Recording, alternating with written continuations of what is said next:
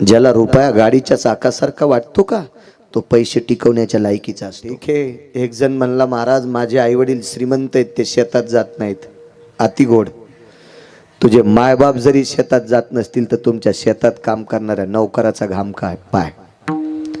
तुझ्या शेतात काम करणाऱ्या, तुझ्या ऑफिस मध्ये काम करणाऱ्या, तुझ्या दुकानात काम करणाऱ्या, भाकरीसाठी ईदभर पोटाची खळगी भरण्यासाठी तुम्हा श्रीमंताचे बुट उचलणाऱ्या गरीबाचा घाम पहा. आपल्याकडे आलेली लक्ष्मी कशी टिकवावी हे कळण्याचं सूत्र त्या घामातून कळत असते. ज्याला रुपया गाडीच्या चाकासारखा वाटतो का तो पैसे टिकवण्याच्या लायकीचा. तरुणांनो ऐका गिरगावच्या बाळ्याचं, पैसे व्यसनी माणसाला सुद्धा कमवता येतात. 500 रुपयाचं काम करून दिवसभर राबतो, पण संध्याकाळी 450 रुपयाची घाणेरडं पाणी पितो. म्हणजे पैसे कमवता येतात पण टिकवता येत नाहीत. टिकवता याच्या करता येत नाहीत. त्यानं कोणाचा घामच पाहिला नाही भडव्यानं, त्यानं कष्ट पाहिले नाही, त्याला स्वतःचा घाम कळतच नसतो. महाराज परेशानी काय असते त्यावेळेला सगळ्यात पैसे कमवणाऱ्यापेक्षा महाराज पैसे कमवायला किती ताकद लागती त्याच्या हजारो पटीनं पैसे सांभाळायला ताकद लागत असती. हजारो पटीनं पैसे सांभाळायला ताकद लागते. लक्षात घ्या, ज्याची आई दुसऱ्याचा चणा कापायला जाते, चणेच म्हणते ना तुमच्याकडे, हरभरा चणे, आता अजून 15-20 दिवसाला कापायला येतो चणा, शेतकरी आहे. ज्याचे आई वडील दुसऱ्याचे हरभरे कापायला जातात, ज्याचे आई वडील दुसऱ्याची तूर कापायला जातात, ज्याचे आई वडील दुसऱ्याची सोयाबीन कापायला जातात, त्यांच्या पोटी जन्माला येणाऱ्या हरामखोरानं 2 लाखाचा सफरचंद कंपनीचा मोबाईल घेणं कितपत चांगलं आहे.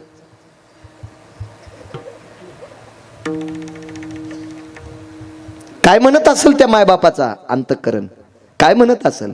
घ्या स्वतःच्या कमाईवर तू भिताडा एवढा मोबाईल गळ्यात बांध, पण जी माय जो बाप लोकांच्या शेतात रक्ताचा घाम करून मातीत टाकतो, तुला कपडे लत्ते देतो, शिकायला पैसे देतो, त्याचे पैसे तू असे वाऱ्यावर उधळी, तू हरामखोरा.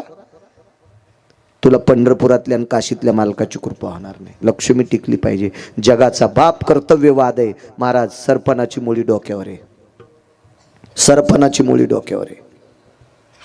निघाले, निघता निघता थकवा आलायचं निमित्त केलं. काही थकवा नव्हता, फक्त सुदाम देवाला विचारायचं होतं हरभरे का खाल्लेस. देवावर उपकार आहेत महाराज, संतांचे देवावर, देवावर. हा आपल्यावर असतील काही नवल नाही. उतरले खाली, जो तिसरा मित्र होता तो जाग्यावरच बसला आणि सुदाम देवाच्या बोटाला धरून जगाच्या मालकानं थोडंसं आडोशाला नेलं आणि विटेवरच्या मालकानं द्वारकाधीश कृष्ण परमात्म्याने विचारलं, सुदाम जी जी कन्हैया जी जी जी हरभरे खाल्लेस? माफ कर, माफ कर देवा, खाल्ले मी. सुदाम माझी जाऊ दे रे, पण ते गरीबाचं लेकरू आहे, तुझ्यासारखंच गरीबाचं लेकरू आहे, त्याची तुला दया नाही आली, दया नाही आली तुला. मला अपेक्षा नाही सुदाम देवाची की जेणेकरून तू एकट्यानं सगळा भाग खावा, ही तुझ्याकडनं मला इच्छा नाही सुदाम. देवा मी खाला नव्हती पाहिजे असं तुझं मत आहे, पण मी तुमच्या दोघांच्या हिताकरता खाल्ली. तेव्हा मी तुझ्या आणि त्या मित्राच्या हिताकरता खाल्ली. काय बोलता सुद्धा शोभत नाही वाक्य. आम्हा दोघांना उपाशी ठेवलं. आई साहेबांनी सांगितलं होतं तिघांनी खा, गुरुमातेचा शब्द वलंगला. देवाने सांगितलं, देवा तुला याचं खरं कारण ऐकायचं का? काय सांगता खरं कारण?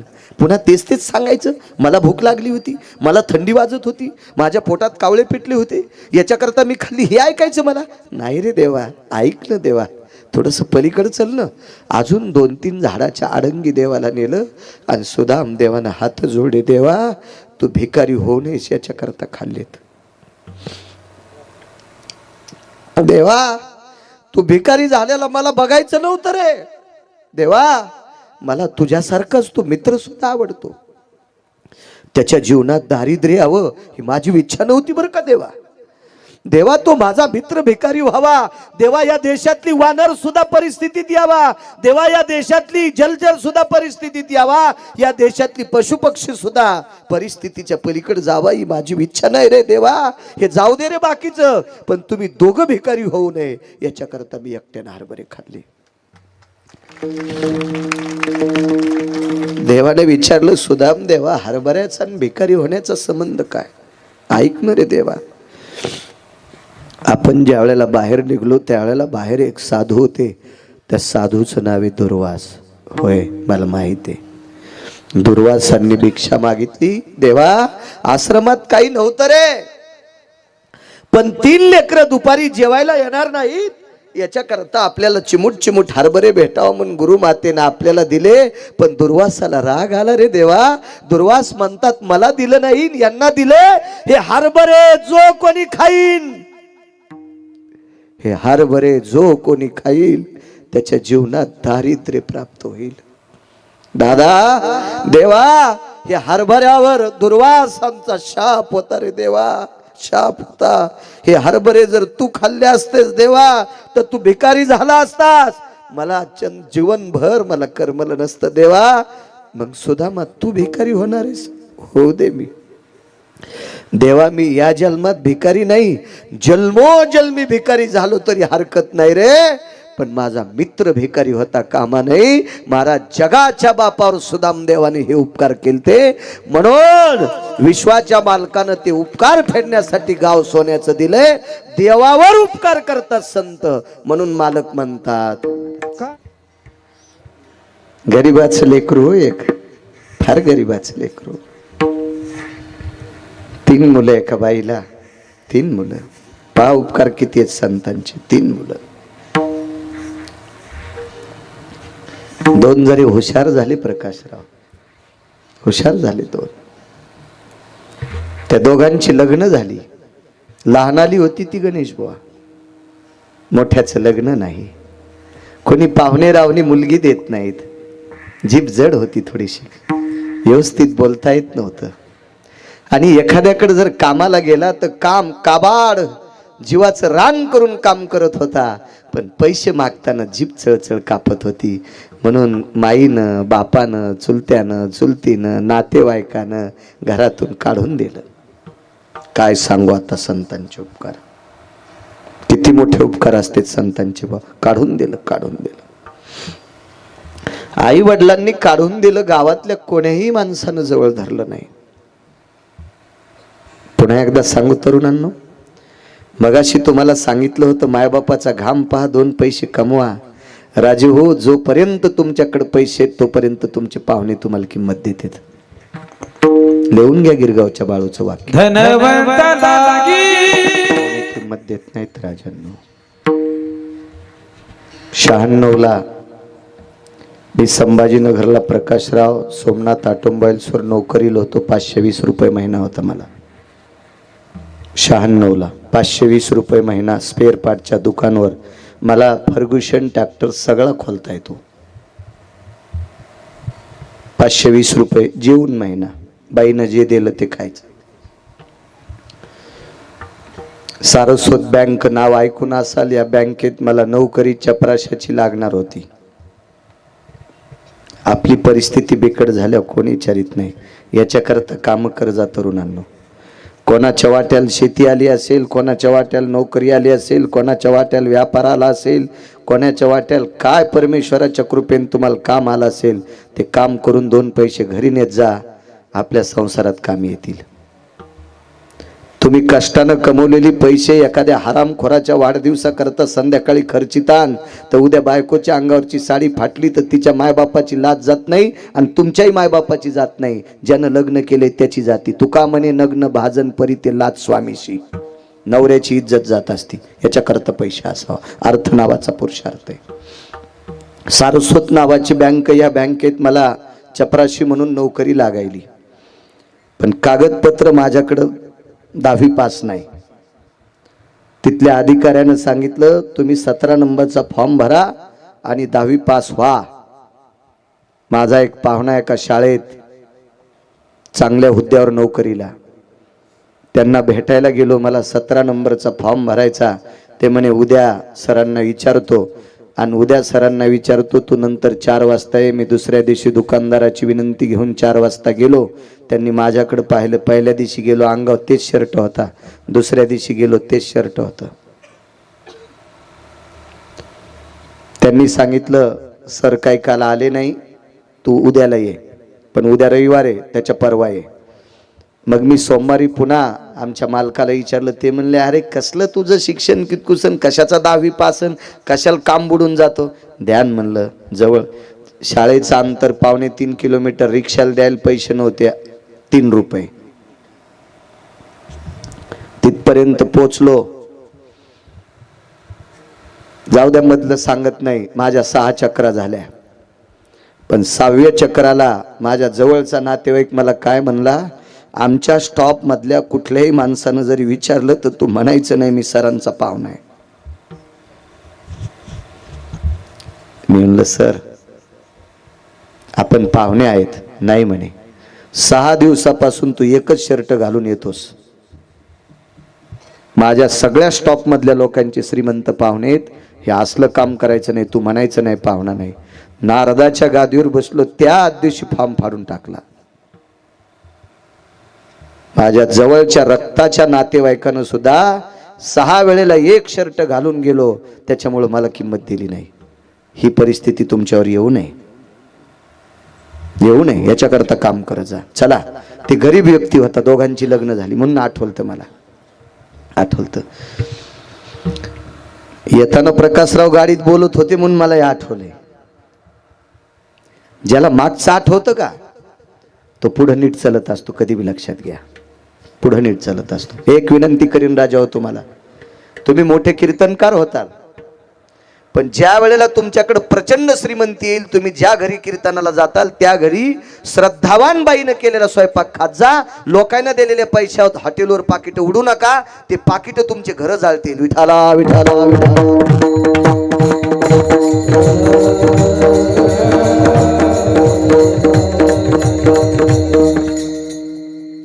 राजू, तुम्हाला मग कळल गिरगावकर काय म्हणत होता.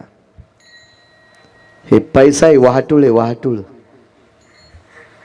महाराज चांगली वाहटूळ आल्याच्या नंतर 20-20, 40-40 वर्ष जे आंब्याचे आंबे खाल्लेत का, ते आंबे बुडातून पालते होतात. इतकी वाहटुळीत ताकद आहे. 3-3 पिढ्या ज्या मारीत राहिलेत का लोक, त्या माऱ्या सुद्धा गावापासून उडून 2-2 किलोमीटर पत्र लांब गेले. इतकी वाहटुळीत ताकद आहे. पैसा त्याच्याही पेक्षा मोठी वाहटूळ आहे. प्रभू तेरी माया, किसी को धूप किसी को छाया. ते कोण्या दिवशी काय करील काय सांगता येत नाही. इतकी लक्ष्मी चंचळे. म्हणून हिशोबात तुम्ही ज्या दिवशी मोठे होताल त्या दिवशी विठाला विठाला.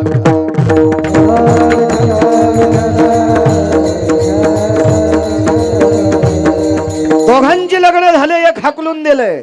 संतांची कृपा महाराज किती मोठी आहे का. गावाच्या बाहेर गेले. प्रांत सोडा प्रकाशराव,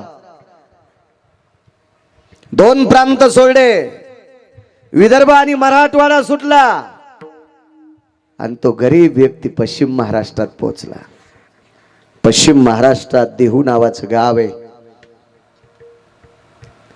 ज्यांचा अभंग घेतलाय त्या माझ्या श्रीमंत श्री जगद्गुरु तुकोबारायांचं गाव. आणि त्या गावात ती गरीब व्यक्ती पोहोचली. जीप थोडी जाड होती, जाड जीप होती, तिथं पोहोचली. बंध्या गावात देहू मध्ये आश्रय मागितला. अंगावर कपडी थोडी फाटकी आहेत, बोलताना थोडा बोळसरपणा होता. वेड नव्हतं, वेड नव्हतं महाराज. परिस्थिती माणसाला वेड करीत असती, परिस्थिती वेड करीत असती, परिस्थिती.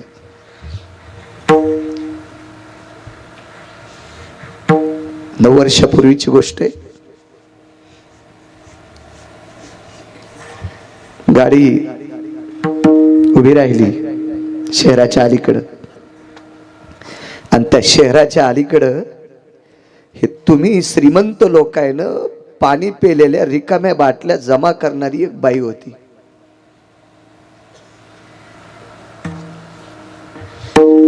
तिनं त्या बाटल्या उघडायच्या, ते ढक्कन मध्ये टाकायचं, ती बाटली चुरगाळायची आणि मोठाची मोठा एका साडीचा भोत शिवलेला होता आणि त्या भोतात गणेश भोतीनं त्या बाटल्या टाकल्या. गाडीतून मोठ्या उतरल्यामुळं पांढरे शुभ्र कपडे, त्या बाईची हिंमत होत नव्हती मला उचलून द्या म्हणायला.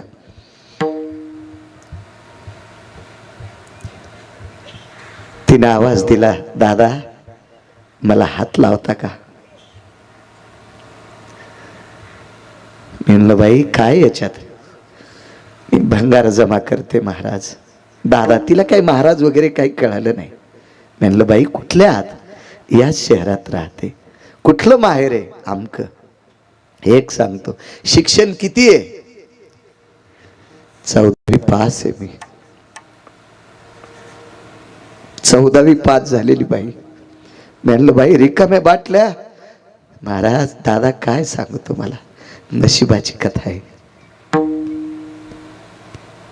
नशिबाची कथा आहे महाराज. ज्या वेळेला तिने रिकाम्या बाटल्या जमा केल्या, मला असं वाटत होतं येडपट बाई आहे, ह्या बाटल्या इकीन, कुठेतरी हॉटेलमध्ये भजे चिवडा घेईन खाईन. पण ज्या वेळेला परिस्थिती विचारली, 14वी पास बाई, पण या ईदभर पोटासाठी कोणी नाही म्हणे. लेकरानं सोडून दिलंय, नातेवाईकांना सोडून दिलंय, नवऱ्याला आजार आहे आणि मीच हे भंगार जमा करून नवऱ्याला जगविते. परिस्थिती माणसाला पागल करती. परिस्थिती पागल करते माणसाला. परिस्थिती वेडा नाही तो महाराज, त्याच्या परिस्थितीने त्याला लोक पागल म्हणतात. कोणी आश्रय दिला नाही. बघता बघता दिवस माळवला आणि एका मंदिरामध्ये चिपळीचा आवाज येत होता. एकटे तुकोबाराय भजन करत होते. इना आणि चिपळी टाळ नव्हता. आणि लक्षात आलं कुठंतरी सनातन चालू आहे, सत्संग चालू आहे, भजन चालू आहे. आणि त्या मंदिरात प्रवेश केला. काय नशिबवान असेल हो, त्याला तुकोबारायचं भजन ऐकायला भेटले. काय नशिबवान असेल. ऐका सज्जनांनो, तुम्ही महाराज तपासून पाया पड जा. हराम खोरायच्या आणि भडव्याच्या पाया पड जाऊ नका. त्या भडव्यांच्या पायातलं पाप तुमच्या कपाळात येईल आणि तुमचे संसार जळतील. गाथा पाठ केला, ज्ञानेश्वरी पाठ केली म्हणजे महाराज होत नसतो. गाता आलं, पक्वाद वाजिता आलं आणि कीर्तन करता आलं म्हणजे महाराज नाही. महाराज होण्यासाठी एक अंतःकरणात कार्ड असते. ते कार्ड म्हणजे आचारसंहितेचं आहे. आणि ज्याच्याकडे आचारसंहितेचं नियतीचं कार्ड आहे, स्वतःची पत्नी सोडून जगातल्या प्रत्येक स्त्रीला जो माय म्हणतोय, अशा व्यक्तीच्या पाया पडा, तुमचे संसार सुधरतील. विठाला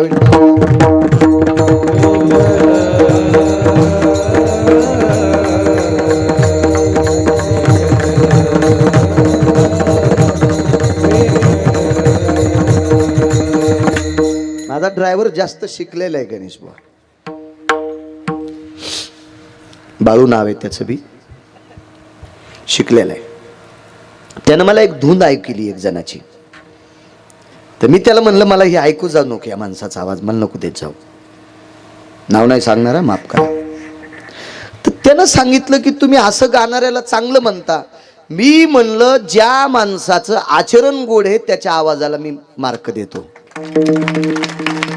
आणि ज्यानं नैतिकतेच्या चुका केल्या, तो गंधर्वासारखा जरी गात असेल तर त्याचं गायन ऐकल्याच्या नंतर पाप लागतंय हे मला कळतंय. याच्यानंतर हराम खोरायचं मला ऐकी जाऊ नको. विठाला विठाला.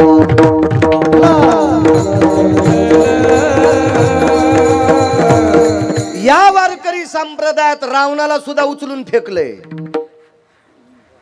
रावणाला सुद्धा, ज्याची एक चौकट टिकल्यावर 13-12 खासदार, कोणाची मायवेली त्याच्या विरोधात फॉर्म भरायला. एक घराची चौकट फुकली तर 13-12 खासदार गुणिले 7 कोटी. इतक्या चौकटी पंकज सोन्याच्या प्रकाशराव, इतक्या चौकटी. पण 4-5 गोष्टीमुळे पंढरपुरातल्या मालकानं मिळून काशीतल्या मालकानंच लंका दिली ती. पण या दोघांनी मिळून सगळ्या वारकरी संप्रदायातल्या ऋषीमुनींना सांगितलं याला बेदखल करा. तर तुमची माझी 100-150 क्विंटल सोयाबीन होणाऱ्या काय पख तुटलेल्या कोंबड्यावर उरफाट्या उड्या आणायच्या. आपली लायकीच काय, शिळीचं शेपटाड, माशी उठणं रिकामी बसन. विठाला विठाला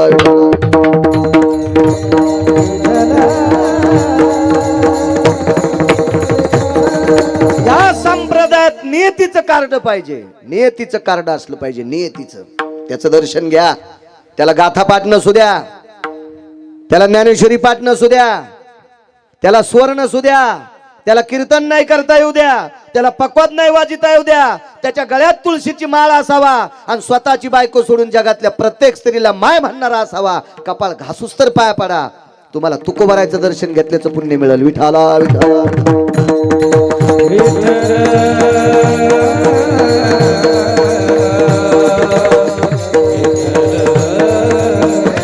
नाटक्याच्या पाया पडे जाऊ नका.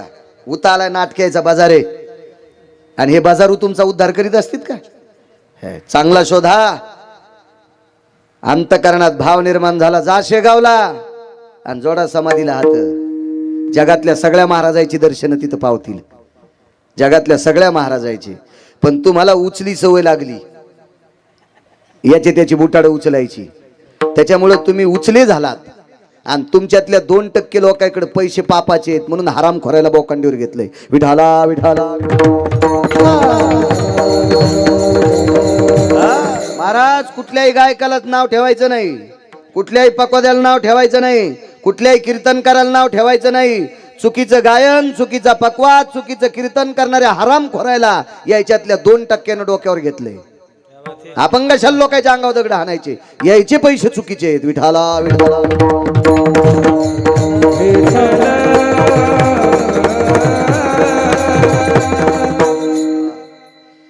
तुकोबारायचं भजन ऐकायची संधी मिळाली, काय पुण्य असेल.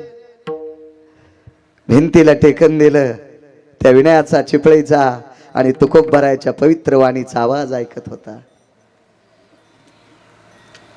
मनातली मनात विचार केला, देवा किती आज गोड ऐकायला भेटलं रे. तुकोबाची अमृतवाणी देवानीचा पडताळी, तुकोबाची अमृतवाणी देवानीचा पडताळी. दगडाच्या टाळामधुनी गायले अभंग, दगडाच्या टाळामधुनी गायले अमृतवाणी देवाच्या पडताळी, तुकोबाची अमृतवाणी देवानीचा पडताळी. दगडाच्या टाळामधुनी गायले अभंग, दगडाच्या टाळामधुनी गायले.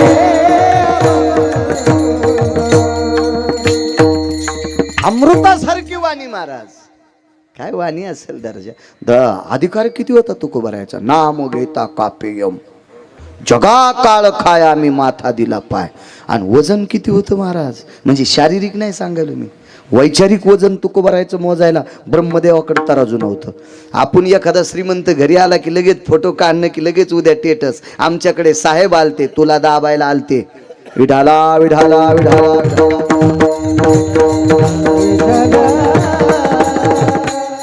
एखादा साहेब तुमच्याकडे आलाय का, त्यानं पद सोडून दिलं आणि तुम्हाला साहेब केलंय. मी त्या साहेबाच्या बुटाचं मंदिर बांधतो, असा भेटन का साहेब तुम्हाला? नाही नाही नाही नाही नाही, चुकून नाही. महाराज सगळ्या साहेबायला, सगळ्या महाराजायला, सगळ्या शेतकऱ्याला, सगळ्या शैक्षणिक क्षेत्रातल्याला, सगळ्या वैद्यकीय क्षेत्रातल्याला किंवा सगळ्या जगाला बटन दाबून मारायचं ज्याच्या हातात आहे, तो जगाचा बाप किंवा जगाचा साहेब तुकोबारायची तर मनाने येत होता. पाहुणे घराशी पाहुणे घराशी आजी आले कशी काय करू उपचार, पाहुणे घराशी आजी आले कशी काय करू उपचार, काय करू उपचार हो मोडकी दर्जर, काय करू उपचार हो मोडकी दर्जर.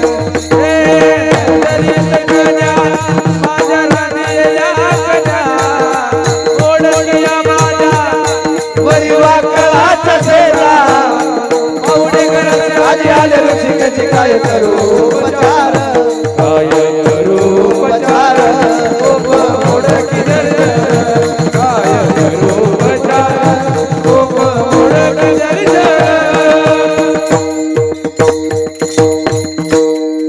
बास तरी धड होती घरी, बास तरी धड होती.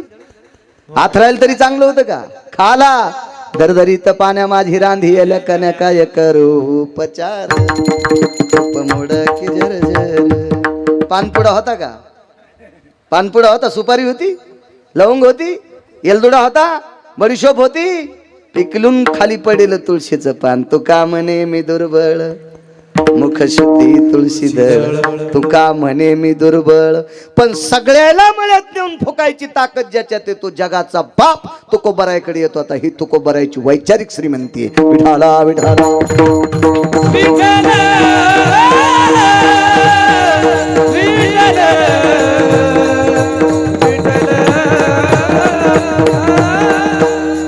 एक सोपा मुद्दा सांगू का महाराज? सोपा मुद्दा. आध्यात्मिक क्षेत्रामध्ये ज्या महाराजानं जिच्या सोबत लग्न केलंय ती बायको त्याचा जर देवा इतका आदर करत असेल तर त्या महाराजानं म्हणायचं मी स्वर्गात आहे. आणि लोकांना जर मी कीर्तन सांगत असेल, माझी बायको जर माझे कपडे धुत नसेल, मला वेळेला जेवायला देत नसेल, तर मी स्वतः समजायचं मी नरकात आहे. तुकोबारायचा संसारातला पुरुषार्थ किती मोठा होता सांगू महाराज. मालक जेवल्याशिवाय आईसाहेब पाण्याचा थेंब पित नव्हत्या.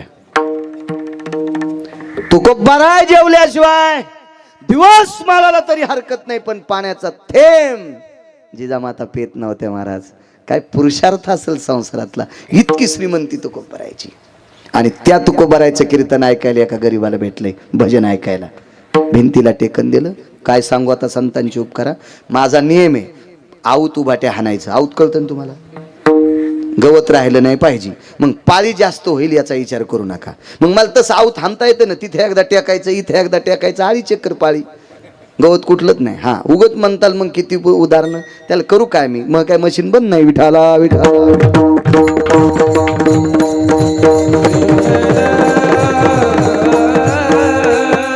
गाणं वगैरे सांगणार नाही तुम्हाला, चुकून नाही करणार. हा चुकून नाही. एखादा पुरावा द्यायचा असेल तर एखाद्या मोठ्याचा सुभाषित बी देईल, गाण्याचं देईल, पण जाणून बुजून नाही म्हणणार. काही गाणं वगैरे कीर्तनात नाही म्हणणार. मोठ्यांचा अपमान होत असतो. कसं कारण सांगू तुम्हाला. ज्यांनी 1 टायमाच्या भाकरी कमी खाऊन 1.5 एकरची 27 एकर जमीन केली, मायबापानं लोकांचे कामं केली, 1.5 एकरची जमीन किती केली? 27 एकर.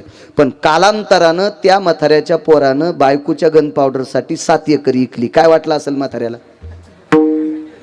बायकोच्या गन पावडर साठी पोरानं 7 एकर इकली. पंकज, काय वाटलं असेल मायबापाला? दुःख वाटेल का नाही? तसं त्याने इतक्या कष्टानं 27 एकर कमिली. आपल्या जुन्या संतांनी इतक्या कष्टानं संप्रदाय इथपर्यंत आणलाय. आपण मातीत घालायचा.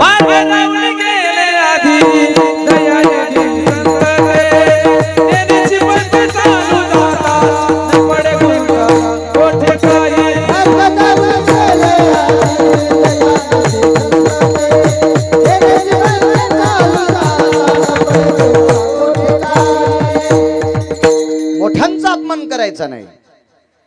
महाराज या गावातले रत्न श्री गुरु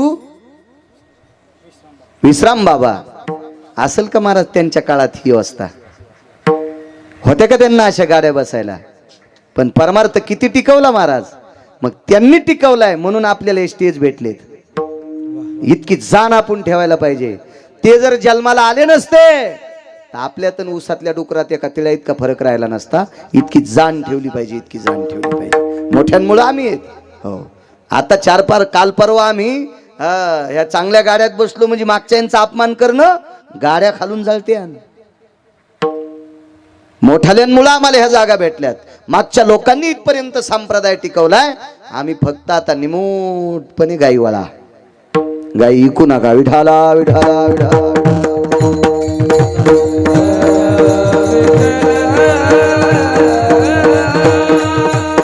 तुकोबारायचं भजन ऐकायची संधी भेटली, भिंतीला टेकन देऊन बसली. त्या वाणीनं आपण मग ते पोट भरलं. खुंटीला हिनं अडकवला, कमरेला चिपळी खोसली आणि जाताना आता विचारलं कोण? नाव सांगून टाकलं, अमकं नाव आहे. कुठून आलात? अमक्या प्रांतातला आहे. का आलात? काही नाही, घरच्यांनी हाकलून दिलंय. ठिकाणा कुठे? आजच्या दिवशी इथे झोपतो. तुम्ही जर झोपू दिलं तर याच मंदिरात झोपत राहील. बर, जेवणाची काही व्यवस्था? सकाळपासून काहीच नाही. बर, महाराजांनी विचार केला आपल्या घरी न्यावं तर घरी काही नव्हतं, काहीच नव्हतं घरी. पण कृपा काय केली महाराजांनी. अभंग जरी महाराजांचाच असेल, अभंग जरी तुकोबारायचाच असेल, काय सांगू आता. तर तुकोबारायचे का कमी उपकार आहेत का आपल्यावर? महाराज हे हरिभजनानं विश्व ढवळून काढलं, याच्या पलीकडे काय करता? काय हरिभजनी आहे हे? तुकोबारायची कृपा आहे आपल्यावर, तुकोबारायची कृपा आहे, तुकोबारायची कृपा आहे. चला, ज्ञानोबारायची कृपा आहे, नामदेवरायची कृपा आहे, नाथबाबांची कृपा आहे, सावता महाराजांची कृपा आहे, नामदेवरायांची कृपा आहे. ऐका पुढे काय कृपा केली तुकोबारायांनी. तुकोबारायाकडे एक हार आलता आणि एक नारळ आलत. ते नारळ आळंदीवरनं आलत. तो तुळशीच्या मंजुळाचा हार माऊली महावैष्णव ज्ञानोबारायांच्या समाधीवरचा होता. आणि माऊली महावैष्णव ज्ञानोबारायांच्या समाधीवर एक नारळ ठेवला होता. तो अहमदाबादचा सोनार होता. गुजरातमध्ये अहमदाबाद आहे. मी द्वारकेला गेलो त्यावेळेला पाहिलं, वरून पाहिलं होतं.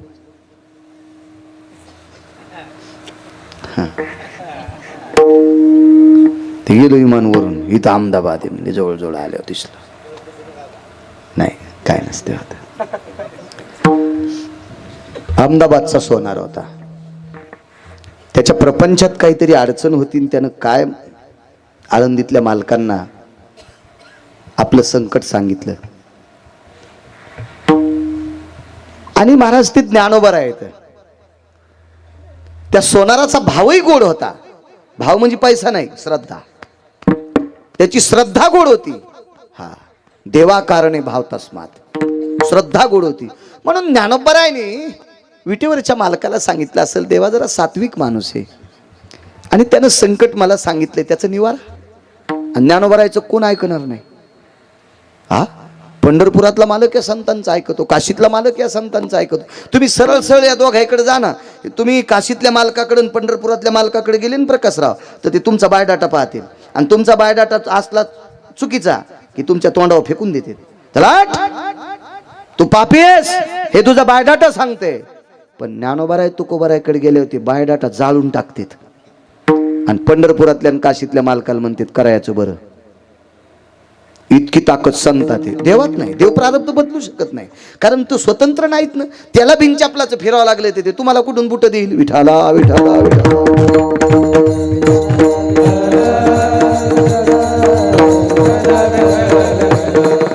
सगळी कृपा संतांची. आळंदीतल्या मालकांच्या समाधीवर ते नारळ ठेवलं होतं. ते अहमदाबादचा सोनार आणि तुळशीच्या मंजुळाचा हार होता. तो हार एका पंडिताला दिलता, एका शास्त्रीला दिला, एका आचार्याला. टाइम संपला का? नाही, मला सांगा बरं. संख्येनं सावध केलं पाहिजे. बरेच राजकारणात लोक वाजलेत कोणामुळे माहितीये का? गावकऱ्यांमुळे नाही, संख्यांमुळे. विठाला विठाला.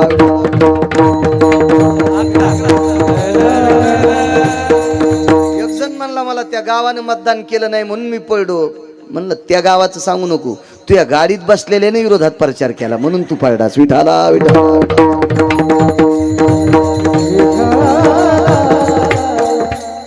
एका पंडिताला दिलं, पण ते पंडित म्हणला हे नारळ काय करायचं? 450 वर्षापूर्वी ते नारळ असेल एक आदल्याला. आदला तर इथे कोणाला कळणारच नाही. आता खडका, दमडी, कवडा, कवडी, आडका, लालपई, ढबल पैसा हे फक्त पाठ करायचे. पाठ जीनच्या पॅन्टीवाल्याला काय माहिती? तुला माहिती आहे का देशमुख? ते महिन्याला असते बरं का पंढरपूरला. दर महिन्याच्या शुद्धवारीला असते आमच्यासोबत. दर महिन्याला एखादा महाराज येत असेल काय नवल नाही, कारण ते पाकिटावर येतो. मी बी पाकिटावर जातो, पण ते रानातल्या पैशावर दर महिन्याला येतं. विठाला विठाला.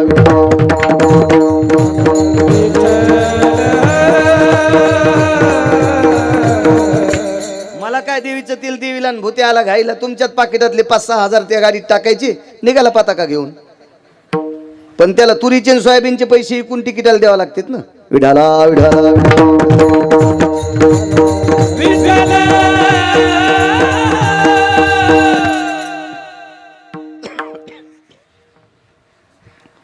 एका पंडिताला दिलं आणि त्याला सांगितलं नारळ काय करायचं नाही, हार काय करायचा. पण त्या पंडिताचं डोकं खराब झालेलं, त्याच्या गोळ्या संपालत्या. त्याला माहीतच नव्हते हाराची ताकद काय आहे, कारण ते तुळशीच्या मंजुळाचा हार होता. आणि नारळ हे ज्ञानोबारायांच्या समाधीवरचं होतं ना. ते ज्ञानोबारायांच्या समाधीवरचं नारळ होतं ना. ते काही इकडे तिकडे कोणाच्या सरनाव टाकलेलं थोडंच होतं.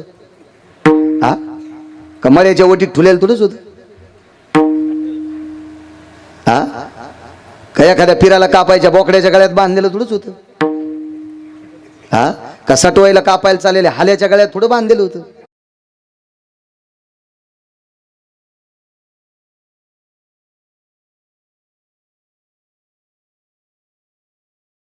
घरी आला आणि तुकोबारायाने त्या गरीबाच्या लेकराला घरी नेलं. 22-23 वर्ष वय, गरीब गरीब गरीब गरीब गरीब घरी नेलं. आणि घरी नेल्याच्या नंतर ते हार त्याच्या गळ्यात घातला, तुळशीच्या मंजुळाचा. त्या तुम्हाला सांगितलं ना, माणसाला परिस्थिती येडं करीत असती.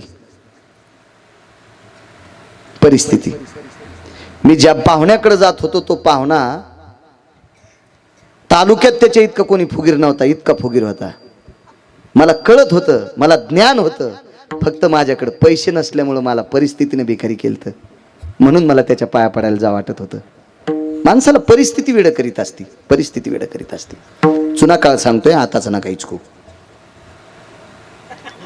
हो ना, मागचं सांगतोय, मागचं नाही. नाही काय म्हणू नका तुम्ही, घरी गेल्यावर म्हणा ना. मीच सांगायलो, तुम्ही कशाला इचकिता?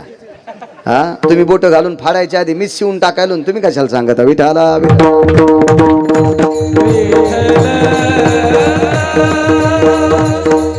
महाराज ते विद्वान आहे, पण परिस्थितीने पागेले. त्याच्या आज लक्षात आलंय की जन्म झालाय तसा ज्या माईनं बापानं आदर केला नाही, आणि भजन म्हणणारी व्यक्ती तुळशीच्या मंजुळाचा हार गळ्यात घालती, काय असेल आपल्याकडं? काय असेल? काय आपला उद्धाराचा दिवस आला असेल का? पण त्यानं एक ठरिलं, 1.5 दिवसापासून उपासी आहे, 1.5 दिवसापासून उपासी आहे. हा माणूस बाजूला गेला की एका घंट्यात हारच खाऊन टाकायचा, तुळशीच्या मंजुळाचा हार खाऊन टाकायचा. कारण मंजुळा चांगल्या असतात, तुळशीची पानं चांगली आहेत, वाईट थोडीची आहेत. या पवित्र महाराष्ट्रातली मुसलमानं सुद्धा तुळशीला मानतात, पण आपल्या गंध लावणाऱ्याच्या आकली नदीला गेल्यात म्हणून आपण वृंदावन ठेविनत. आपल्या आकली नदीला गेल्यात, हे आपलं 10 पिढ्याचं पाप उतवालंय. या महाराष्ट्रातले, या भारत देशातले मुसलमान पण तुळशीला मानतात. मी एकदा प्रसंग सांगितला होता प्रकाशराव. आमच्या इथं दाढी करायला एक मुसलमानाची म्हातारी येते, वयस्कर म्हातारी आहे, 65, 66, 70 वर्षाची म्हातारी. पण घरच्या शेतीतले दाढी असतात त्याच्यामुळे तिच्याकडून करून घेतो, तिलाही थोड्याफार देतो. पण ती कोरोनाच्या काळात एके दिवशी मला म्हणली, हिंदी भाषेत होती, म्हणले महाराज तुळशी का पेड़ होना. म्हणलं यही है बुबू, लेके जाओ. नाही, आपकी हिंदू की माता आहे, बोले आप चुन के देव. तिनं हात नाही लावला, तिनं माझ्याकडून पानं तोडून घेतले. पण मी विचारलं, इतक्या पवित्र तुळशीला आपल्या घरी हात लावीन मुसलमानाची बाई, पण हिला करायचं काय पानाचं? म्हणलं बुबू काय करायचं? काय नाही, ते रेडिओवर हिंदीत सांगत होते, मी मराठीत सांगतो. रेडिओवर, टीव्हीवर लोक असं सांगायलेत की तुळशीचे पानं पाण्यात टाकून उकळून पेलं की कोरोना होत नाही. म्हणजे या महाराष्ट्रातल्या 70 वर्षाच्या मुसलमानाच्या न शिकलेल्या बाईला सुद्धा तुळशीविषयी प्रेम आहे, तुळशीविषयी प्रेम आहे. आपल्या गंध लावणाराची बाई तुळशीच्या बाजूलाच शेळीचा खुटा ठोकी, तू या अंगावर झोपीत भिताड पडन. विठाला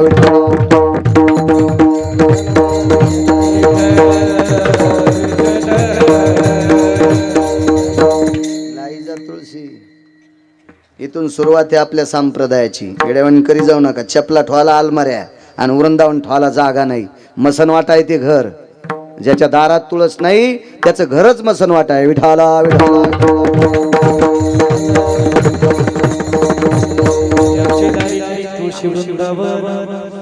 वा वा वा, क्या बात आहे. हो, म्हणजे मी खरं सांगायला याचा पुरावा आहे. विठाला विठाला.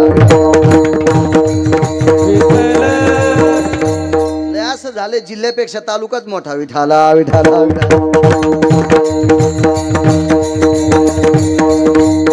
एक सांगू, मी परवाला बोलून गेलो, कीर्तनात होते तुम्ही.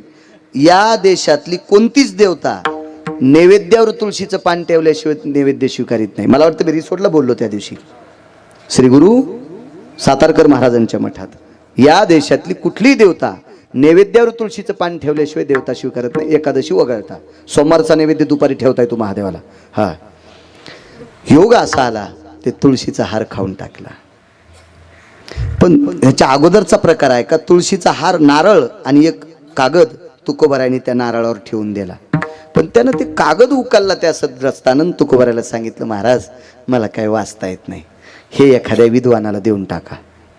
तर तुकोबाराय म्हणले, मी आतापर्यंत विश्वाच्या मालकाचं भजन केलंय, मी ज्याला ज्याला प्रसाद दिलाय त्याचा प्रसाद विटेवरच्या मालकानं वाया कसा जाऊ देईल.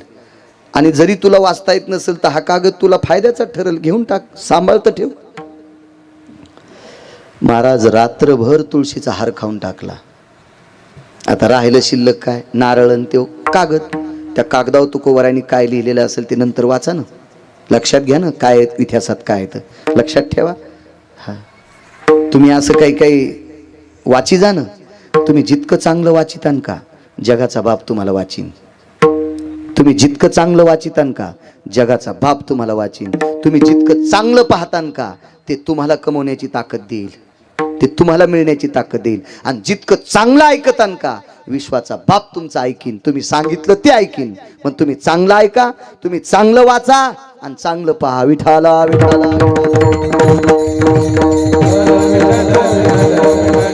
आता हार खाऊन टाकला, राहिलाय फक्त कागद. त्याच्यावर काय लिहिलेलं आहे? तुकोबारायांनी माझ्या देहूतल्या मालकाने नारळ. ह्या सद्ग्रस्तानं विचार केला, हारानं भूक गेली आजची, पण उद्या दुपारी नारळ फोडून मधलं खोबरं खायचं, मधलं खोबरं खायचं. राहिला कागदाचा प्रश्न. जाता जाता तुकोबारायला पुन्हा वापस देऊ, हे काय मला वाचिता येत नाही, तुमच्याकडे राहू द्या. रात्रभर हार खाल्ल्याच्या नंतर झोप लागली. सकाळी उठून इंद्रायणीचं स्नान केलं. तुकोबारायनं दिलेला तो कागद कमरेच्या पंचाच्या गुढ्यात खोसून ठेवला. स्नान करता करता कागद वाळवंटात ठेवला. स्नान केलं, पुन्हा पंचा नेसला आणि नुसता इंद्रायणी मातेकडे पाहून असा कागद उकलला तर सरस्वती मातेची कृपा झाली. जीभ केळीच्या पानासारखी पातळ झाली, जीभ केळीच्या पानासारखी पातळ झाली, सुईच्या आणीसारखी टोकदार झाली. वेदाचं, शास्त्राचं, पुराणाचं, जगातलं सगळ्या शास्त्राचं, न्यायशास्त्र, सांख्यशास्त्र, पूर्ण शास्त्राचं ज्ञान अवगत झालं, अवगत झालं. वाणी इतकी सिद्ध झाली. आणि मग प्रसन्नपणात नारळ फोडला तर नारळात हिऱ्या होते, हिरे, मोहरा होत्या, मोहरा. कारण अहमदाबादच्या सोनारानं नारळाला छिद्र पाडून मधलं खोबरं पाणी काढून टाकलं, त्याच्यात मोहरा घातल्या. आणि ज्ञानोबारायच्या कृपेने आपलं संसारातलं संकट गेलंय म्हणून सोन्याच्या यानं भरून नारळ समाधीवर ठेवला होता. आणि पंडिताला दिला, त्याच्या अंगात वारं घुसलं आणि ते गेलं म्हशी भोंगाळल्या आणि निघून.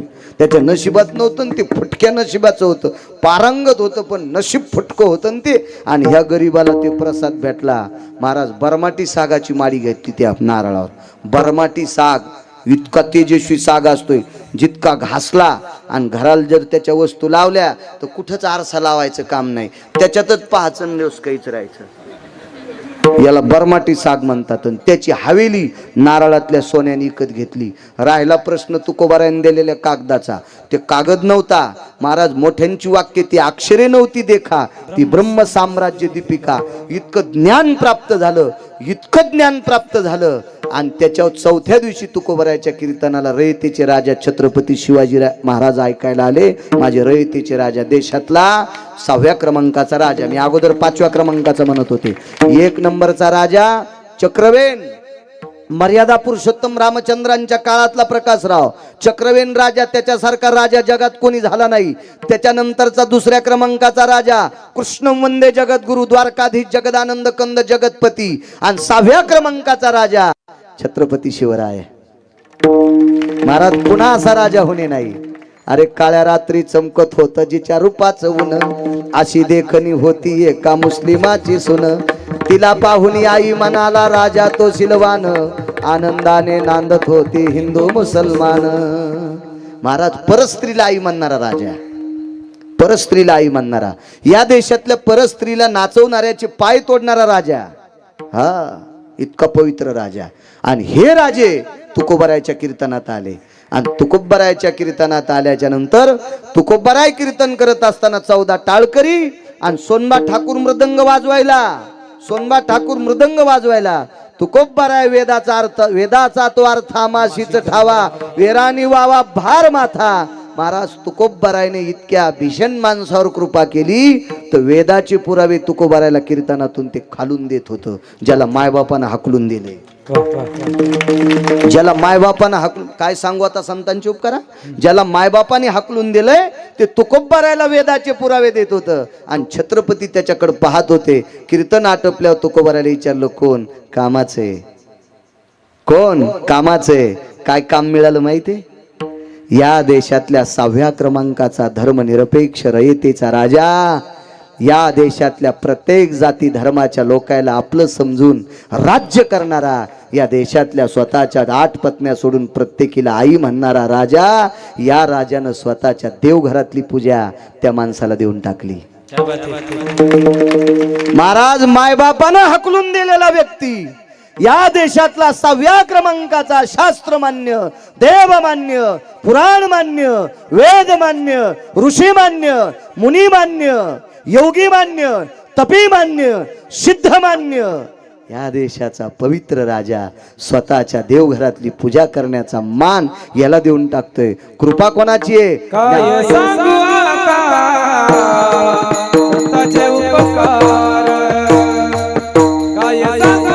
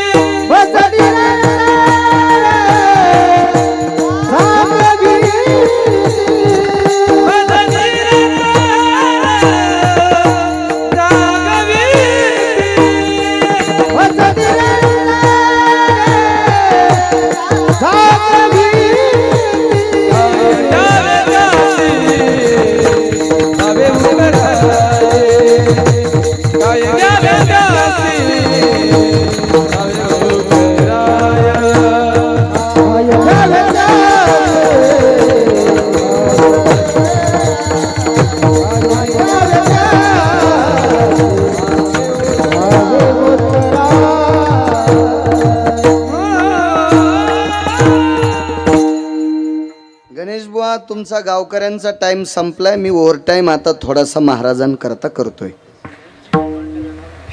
हा बर बर बर नका मानू. पुन्हा फोन करा ना दुसऱ्या बार. एक पुरावा माझ्या महाराजांचा सांगतो. सेगाव निवासी सद्गुरू गजानन बाबाचा. याच्या मागे एक आपण एका गावात आलतो पंकज, मी तिथं सांगितला होता. ऐका, अक्षय तृतीयाचा दिवस आहे आणि अक्षय तृतीयेच्या दिवशी एक सभा आहे. त्या सभेमध्ये आपल्यावर इंग्रजांचं राज्य होतं. फक्त इंग्रजाचं राज्य नव्हतं मराठवाड्यावर, बाकी पूर्ण भारत देशावर राज्य इंग्रजाचं होतं. मराठवाडा तितका मात्र निजामाच्या ताब्यात होता, इंग्रजाच्या नाही. आणि इंग्रजाचं राज्य होतं. इंग्रज अधिकारी 4, त्याच्यापैकी इतका एक नालायक अधिकारी होता तो गोऱ्यांचा, इतका हरामखोर होता भडवा. आणि तिथे एक सभा होती. त्या सभेतलं मुख्य वक्ते होते लोकमान्य टिळक. आणि काय म्हणाले लोकमान्य? काय त्याला काय शिव्या दिलं का त्या इंग्रज अधिकाऱ्याला? स्वराज्य हा माझा जन्मसिद्ध हक्क आहे, तो मी मिळवणार. माझ्या देशाचं स्वराज्य, माझा देश स्वातंत्र्य, माझ्या देशातली रयत पारतंत्र्यात नसावी, ती स्वातंत्र्यात आणण्याचा माझा हक्क आहे आणि तो मी मिळवणार. त्या इंग्रज अधिकाऱ्याला ते वाक्य कटू वाटलं. कायद्यातली कलम 124 बरोबर आहे, चुकला असेल तर एखाद्या वेळेस माफ करा, पण मला वाटतं 124च असावी. कलम क्रमांक 124 या अन्वये लोकमान्य टिळकांना कारागृहात टाकलं. त्या सभेतल्या कोपऱ्यातले श्रोते श्री गुरु समर्थ सद्गुरू गजानन महाराज होते. त्या सभेला दिवस होता अक्षय तृतीयाचा, 3:30 मुहूर्तापैकी एक. वक्ता लोकमान्य टिळक, बाळ गंगाधर टिळक, त्या सभेतले वक्ते. त्या सभेत बऱ्यापैकी श्रोते होते. त्याच्यापैकी एका कोपऱ्यात बसलेले एक अवलिया महात्मा, एक योगी महात्मा, एक तेजस्वी महात्मा माझे श्री गुरु सद्गुरू शेगाव निवासी गजानन महाराज होते. आणि त्याच वेळेला लोकमान्यांना बेड्या ठोकल्या आणि अक्षय तृतीयाच्या दिवशी त्यांच्यावरची सर्व पित्र रुष्ट झाली. आणि या देशातल्या एका पवित्र व्यक्तीला इंग्रजांनी कारागृहात टाकलं. अक्षय तृतीयाच्या दिवशी श्री गुरु समर्थ गजानन महाराज जेवले नाही. त्या दिवशी एका गरीब भक्तांनी लोकमान्य सद्गुरु गजानन महाराजांना पिठलं भाकरीचा प्रसाद, का मोठ्यांचं जेवण कसं असतं पाहणं, मोठ्यांचं जेवण कसं असतंय, पिठलं भाकरी. आजही मोठ्या लोक कशात चहा पितात माहिती का? इथे शुद्ध गुळाचा चहा भेटल. 1 कोटीच्या गाडीत बसलेलीची गाडी कुठे थांबती? गुळाच्या चहावर. आणि ज्यानं गुळाचं दुकान टाकले त्याला विचारलं तुला जमीन आहे का? नाही. मग बायकोच्या डोक्यावाला गुळ ऊस लावलास का? नाही तर पहिलं गुळाचा चहा पिणारे लोक भिकारचोट म्हणत होते, आहे की नाही? गरीब म्हणत होते नाही का महाराज? आणि आता सगळे लोक जुन्यावर धावायलेत. मोठ्यांचं जेवण कसं असतं पहा. काय अरे महाराज, पिठलं भाकरीचा प्रसाद, कांदा पिठलं आणि भाकरी, काय जीवन आहे महाराज. एका सद्ग्रस्तानं पिठलं भाकरीचा प्रसाद आणला होता, तसाच ठेवला. मला असं वाटतं भाकर वाळून गेली. दुसऱ्या दिवशी सकाळी त्या सद्ग्रस्तानं सांगितलं महाराज जेवा. नाही रे, एका सात्विक व्यक्तीला ह्या गोऱ्या सरकारांनी बांधून नेलंय. दुःख वाटतंय. काय होईल माझ्या देशाचं, काय होईल या भारत देशाचं, काय होईल या पवित्र मातीचं. साधू संतांच्या पदस्पर्शाने, देवा धर्मांच्या पदस्पर्शाने धर्मनिरपेक्ष असणारा हा देश, 18 वनस्पती देशात पिकतात. पवित्र गंगा, पाप्यांचं पाप धुणाऱ्या पवित्र गंगा या देशात आहेत. काय होईल या देशाचं. त्या सद्ग्रस्तानं विनंती केल्याच्या नंतर सद्गुरु गजानन महाराज जेवले. पण त्या भाकरीतला चतकोर भाकरीचा तुकडा आणि थोडंसं पिठलं त्या भाकरीवर तसंच ठेवलं आणि पंतराळीत गुंडाळलं. तसंच ठेवलं, तसंच. ते इटलं नाही, भाकर फक्त सुकली, पिठलं इटलं नाही. फार काही झालं असेल तर त्याच्यातलं पाणी आटलं असेल, घट्ट पिठलं होतं. आणि तिसऱ्या दिवशी सकाळी त्या पंतरवाळीवर कोळशानं लिहिलं. पेन होती का? खडू असेल का? लेखणी असेल का? कोळशानं त्या पंतरवाळीवर लिहिलं. काय लिहिलं पुढं आहे का? आणि गोऱ्या सरकाराची विनंती घेऊन, गोऱ्या सरकारांना हात जोडून या चतकोर भाकरीचा आणि पिठल्याचा प्रसाद कारागृहात लोकमान्य टिळकाला देऊन टाकला. आणि कोळशानं त्या पत्रिकेवर पत्रवाळीवर लिहिलेलं होतं, तू देशासाठी कष्ट करतोस, हा प्रसाद खाऊन टाक, चंद्र सूर्य येतोपर्यंत जिवंत राहशील. चंद्र सूर्य येतोपर्यंत जिवंत राहशील. महाराज पिठलं भाकरीचा प्रसाद खाल्ला. त्याच दिवशी विचार वाढला आणि तिथून कारागृहात जलात लिहायला सुरुवात केली. आणि पहिलं पान लिहिलं. त्या पानाचं नाव आहे गीता रहस्य नावाचा ग्रंथ. लोकमान्य टिळकांनी कारागृहात लिहिला. ही कृपा कोणाची? माझ्या सद्गुरु गजानन महाराजांची. काय सांगू आता संतांचे उपकार, मज निरंतर जागवे. ती किती मोठी कृपा साधूंची, किती मोठी कृपा. एक माहिती आहे तुम्हाला, माऊली महावैष्णव ज्ञानोबरायांनी सती जाणाऱ्या बाई सोबत मशानात गेले. तिचे मालक लाकडावर टाकले बाबाजी थावरे. त्या दिवशी बोलून गेलो मी. आणि मसन वाट्यात गेल्याच्या नंतर बाबाजी थावरेला कानात म्हणले, सच्चिदानंदा बा गोविंदा कानी जलासी हो जागा, ऐकून वाणी साधू उठला आणि पतिव्रतेचा मनोरथ पुरला. मेलेलो महात्मा उठला. सच्चिदानंद नाव ठेवलं, खांबाल टेकन दिलं. मुखारविंदातून महाराज गोड अशी वाणी पडली. ती वाणी कशी खाली पडू द्यावा म्हणून सच्चिदानंद बाबानं लिहिली. आणि त्या ज्ञानोबरायच्या मुखारविंदातून पडलेली देवी, ज्ञानोबरायच्या मुखारविंदातून पडलेली देवी सच्चिदानंद बाबांनी एका कागदावर लिहिली. आणि ती देवी तुमच्या माझ्यासारख्या रेड्याला उद्धार करण्यासाठी कामी आली. त्या देवीचं नाव आहे ज्ञानदेवी. त्या देवीचं नाव आहे ज्ञानदेवी. महाराज मेलेल्या माणसानं उठाव. कृपा कोणाची? ज्ञानोबरायांची. काय सांगू आता संतांचे उपकार. किती मोठी प्रचंड उपकार महाराज संतांचे, किती मोठे. माझ्या रयतीचे राजा एकदा तुकोबाराच्या कीर्तनात बसले. आता एवढा ऐका. हो, कमी करत नाही महाराज, नका बघू माझ्याकडे, करतो मी. मला काय मीटर जाळणार आहे मला सांगा तुम्ही. सर ठीक आहे, मी कीर्तनात बोलाल. आता लोक 3-3 वाजूस तर मोबाईल इचकायले. तुला वाढदिवसाच्या शुभेच्छा. सकाळी त्याला बायकून तिमलंय. आणि त्याला शुभेच्छा द्यायला तू नाही रुमण्यानं हाणायची का तुला? मग मी त्याच्यापेक्षा इथं 10-5 मिनिटं आगाव घालतो ना, काय मग मीटर जळन का? आणि जर मी याचा विचार केला तर ते सकाळच्याला दाबीन ना. त्याच्याच हातात ही तुटी बंद करायची, कशाला ताण घ्यायचा? करतो 10 मिनिटं, काय ताण घेऊ नका.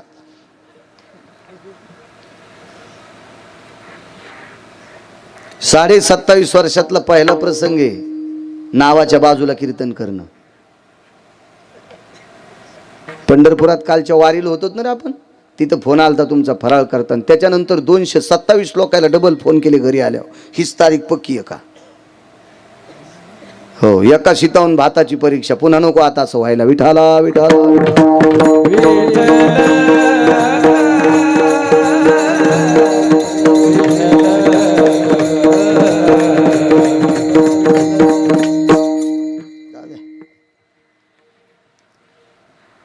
निदान पत्रिका रिकामी ठेवली नाही देवानं, तितकी आपल्यावर कृपा केली.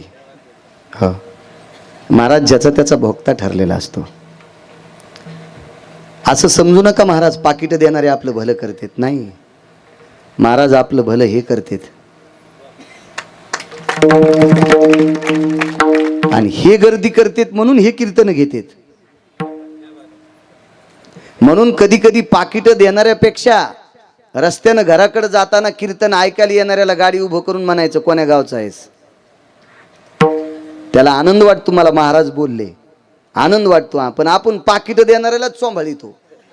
हा, हे आपल्या पुढे नाही बसल्या, हे आपल्याला पाकिट देतात होय, हे पोरायला देईन तर आपल्याला देतात का? याच्या का गोळ्या संपल्यात का? विठाला विठाला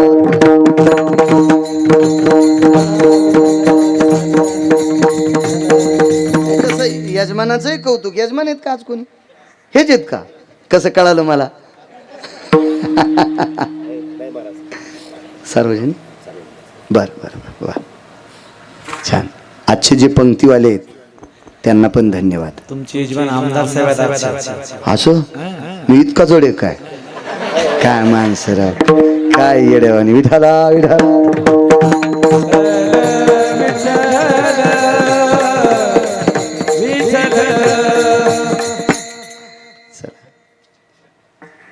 छत्रपती शिवराय तुकोबारायच्या कीर्तनात बसले होते.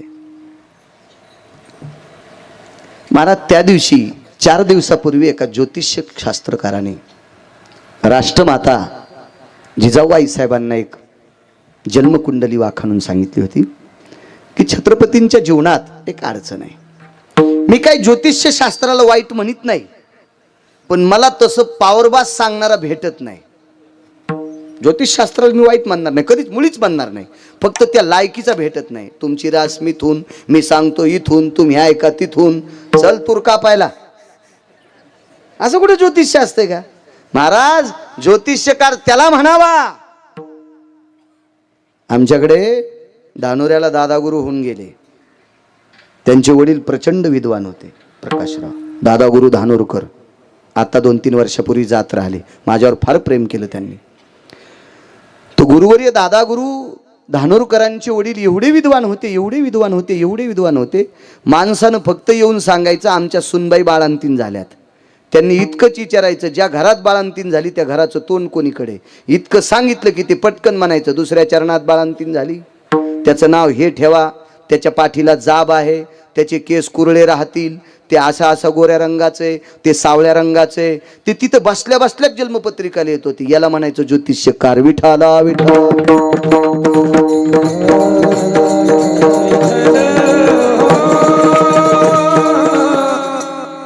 बाकी नाही.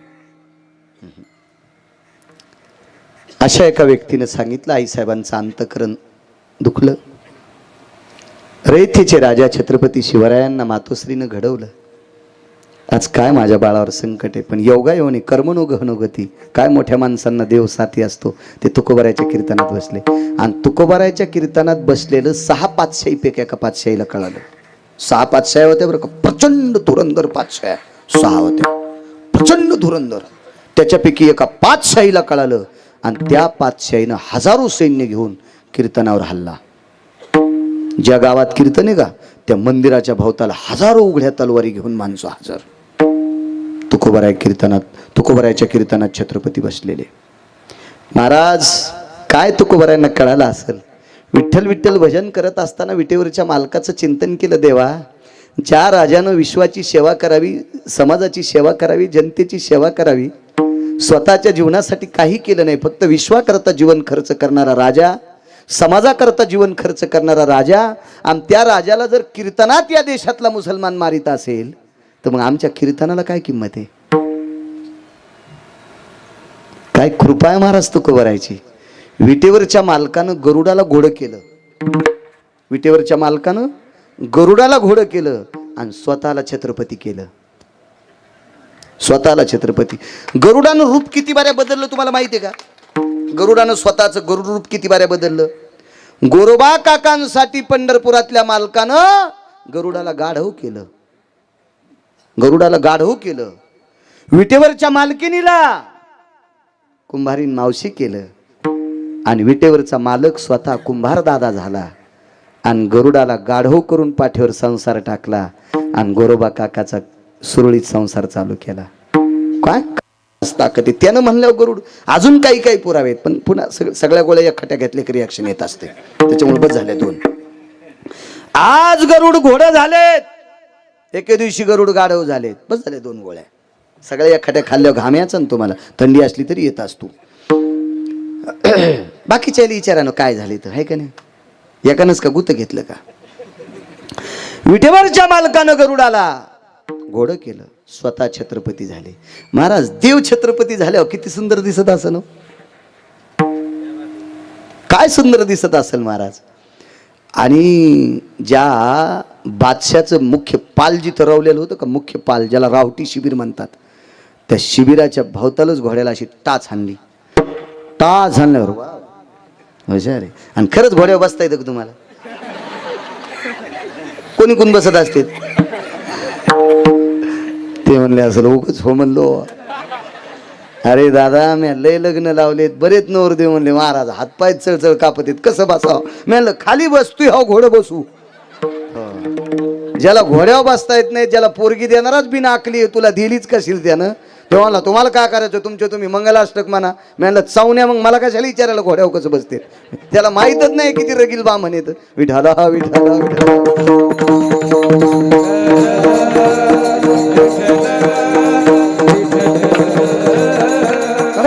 शिट्टा फानली, काय घोडा उसळला राजा. वा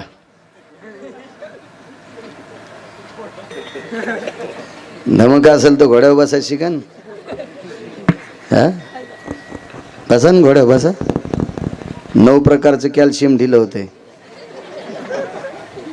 9 प्रकारचं म्हणून ज्याला संसाराच्या खड्ड्यात पडायचं का, म्हणून त्याच्याकरता त्याला घोडीवर आधी बशीत येत. हो तू 8 जाग्या वाकावं लागणार आहे तुला, हे जरा तू ढिलं करून टाकतो म्हणून घोड्यावर बसायची पद्धत आहे. हो हातीवर बसून लग्न नव्हते, घोड्यावरच बसून होते, कारण तुला मोठ्या डहात पडणार आहे, महान इति डो मांडो. हो त्या महान डहात पडणार आहे म्हणून घोड्यावर बस, सांभाळून राय भिसीन. लय मोठे कारण आहेत त्याचे. काय घोडा असेल माझा गरुड महाराज, घोडा झालाय. जगाचा बाप छत्रपती, सेवकानं सरदार सरकार शिवाजी भोसले भाग गए. सगळ्याला सगळी फौज घोड्याच्या माग. आणि खरे शिवाजी होते कधी ते तिकडे कीर्तनात विठ्ठल विठ्ठल म्हणू लागले, आणि ज्याचं नाव घेते त्या विठ्ठलाचं ते विठ्ठल शिवाजी होऊन इकडे बोराटेन पळीलं सगळं सैन्य, साऱ्या लुंग्या फाटून गेल्या तिकडच. हो कहाँ भाग गया, कहाँ भाग गया, काही नाही बोले इधरीच गया. कीर्तन आटपलं, तुकोबरायनं सांगितलं राजे उठा निघा तुम्ही गडाव. ते म्हणले असं का म्हणता, तुम्हाला मारण्यासाठी 5000 सैन्य घेऊन बादशाह आलाय.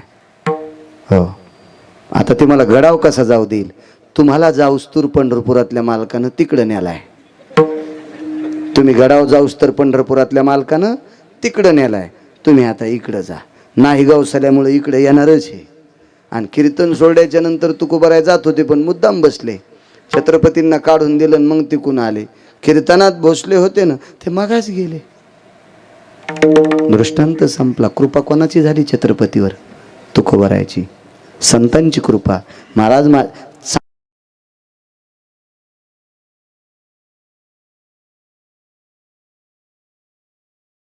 देता येतील. विठोबा रखुमाई, विठोबा रखुमाई,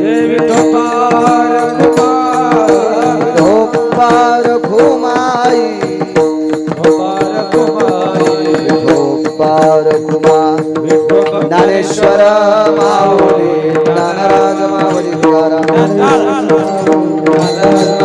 विठ्ठल जय जय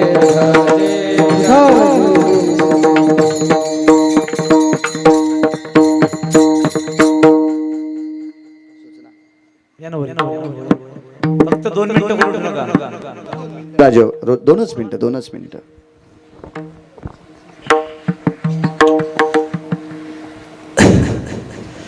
बाबाच्या समोर बोलण्याची माझी पात्रता नाही, तरी सुद्धा बाबाची परवानगी घेऊन मी बोलत आहे.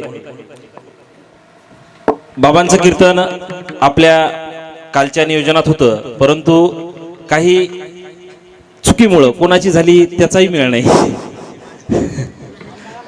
नाही त्याचं नाही. सगळं काय हरकत नाही. सगळं शिजल्यावर नका ना अंगावर घेऊ. परंतु बाबाचं कीर्तन व्हावं ही सर्व गावकऱ्यांची इच्छा होती बाबा, आणि म्हणूनच तुमच्या कीर्तनासाठी आमचा खूप अट्टहास होता. तुम्ही जी सेवा आज जगद्गुरु संत श्री गजानन महाराजांच्या चरणी आमच्या पांगरी ग्रामवासियांच्या साठी केली, त्याबद्दल सर्व ग्रामवासियांच्या वतीनं व ट्रस्टच्या वतीनं मी तुमचे खूप खूप आभार व्यक्त करतो. आणि हरिभक्त पारायण दत्तात्रय महाराज मसला यांच्या सुंदर वाणीतून मसला या गावामध्ये बाबांचा जन्म, थोर व्यक्तिमत्व मसला या गावामध्ये सुद्धा आमच्या बाजूलाच आहे. त्यांच्या सुंदर वाणीतून भागवत कथा आहे, आणि एका महात्म्याच्या हातून दुसऱ्या महात्म्याचा सन्मान झाला पाहिजे अशी सुद्धा आमची एक इच्छा आहे. म्हणून मी अशी विनंती करतो बाबांना की या थोर दुसऱ्या महात्म्याला आपण विठ्ठलाची आणि जगद्गुरु संत गजाननाची प्रतिमा देऊन त्यांचा सन्मान करावा. तसेच आजच्या पंक्तीचे जे अन्नदाते आहेत प्रकाश काका व केशव, मी या दोघांना फोटो सुद्धा घ्या रे, फोटो घ्या. स्टेजवर बोलवतो, त्यांनी कृपया वर यावं, लवकर वर या. आणि जनाब या, मला काकू असतील तर काकू या. जाता जाता एक मला आशीर्वाद द्या. 4 फेब्रुवारी 2019ला अपघात त्यामुळे मला बसून कीर्तन करावं लागत होते. मी 3600 किलोमीटर पायी चाललो. नर्मदा मैयाची परिक्रमा झाली, म्हणून नर्मदा मैयाचा मला आशीर्वाद भेटला. मला आता उभं राहून कीर्तन करता येते. मला असंच उभं राहून कीर्तन करता यावा एवढं देऊन टाका. तसेच वाशिम